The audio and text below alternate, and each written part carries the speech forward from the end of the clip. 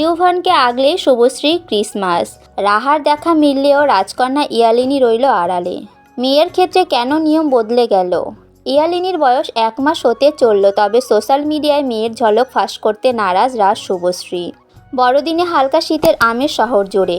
আমজনতার পাশাপাশি সেলেবরাও এদিন দিনভর ক্রিসমাস উদযাপনে ব্যস্ত। সদ্য পাটায়া থেকে কলকাতায় ফিরছেন রাজ শুভশ্রী। সোমবার সন্ধ্যায় ঘরোয়া ক্রিসমাস সেলিব্রেশনের ঝলক শেয়ার করলেন রাজ ও শুভশ্রী। ছেলে ইউভানের বয়স এখন 3 বছর। সান্তাক্লজের তরফে সেরা উপহার ইতিমধ্যেই পেয়ে গিয়েছে সে। বোনকে আগলেই কাটছে সারাদিন। ক্রিসমাসের সন্ধ্যায় সাদা সোয়েটার আর ডেনিমে দেখা মিলল শুভশ্রীর। তার ফিগার দেখে বোঝা যায় 25 দিন আগে দ্বিতীয় সন্তানের জন্ম দিয়েছেন। পাপাজি রাজের কোলে বসে হাসি মুখে পোজ দিল ইউভান। তবে দেখা মিলল না ইয়ালিনীর। এদিন রাহাকে মিডিয়ার সামনে এনেছেন রণবীর এবং আলিয়া।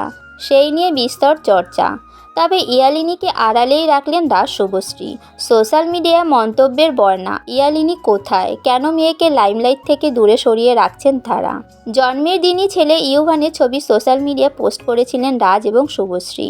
এদিকে ইয়ালিনীর জন্মের পর 25 দিন পেরোলেও তার প্রথম ঝলকের অপেক্ষায় ভক্তরা। শুভশ্রীর শেয়ার করা ছবি প্রত্যেকের মাথাতেই দেখা গেল সান্তাক্লজের লাল সাদা টুপি। ইউভানের চোখে বিশাল এক চশমা আর শুভশ্রীর মাথায় সবুজ লাল রিয়ার ব্যান্ড। রাজের চোখে ছিল সান্তাক্লজ চশমা। পার্টির ফাঁকে রাজের বোনঝি সৃষ্টির সঙ্গে মামিমা শুভশ্রী।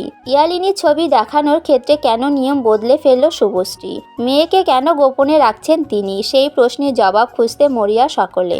তবে কোনো রকম সমালোচনাকে পাত্তা না দিয়ে নিজেদের মতো করে বড়দিন উদযাপন করলেন রাজশ্রী।